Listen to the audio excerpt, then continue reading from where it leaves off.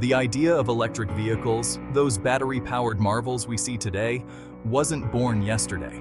Oh no, the story starts much earlier, back in the 1830s. That's nearly 2 centuries ago when horses were still the main mode of transport. Two names you have to remember: Thomas Davenport and Robert Anderson. Davenport, a blacksmith with a tinkering spirit, created a crude but working electric motor.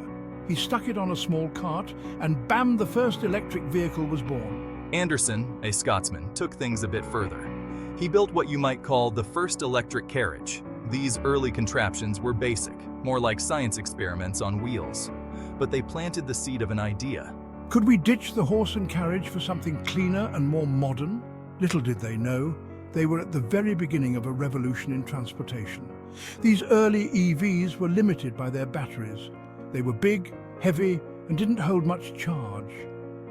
Imagine trying to drive from London to Edinburgh on a single charge. Back then, it was just a pipe dream. But the potential was there, waiting for someone to refine it.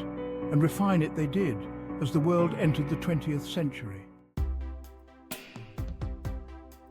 The dawn of the 20th century brought a wave of innovation, and electric vehicles rode that wave. Cities were growing and people were looking for new ways to get around. Electric cars, quieter and less smelly than their gasoline-powered cousins, became a popular choice for city dwellers. They were particularly favoured by women for their ease of use. No need for the arm-wrenching crank starts of early gas cars. Companies like Flocken and Detroit Electric started producing EVs in larger numbers. These weren't your grandfather's electric golf carts. They were sleek, stylish, and some could even reach speeds of 20 miles per hour. The future seemed bright for the electric car. They were reliable, quiet, and perfect for navigating the growing urban sprawl. What could possibly go wrong? But the story of progress is rarely a straight line, is it?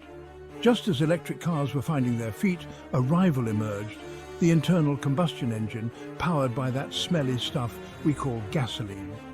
Henry Ford, a name synonymous with the automobile, rolled out his Model T in 1908.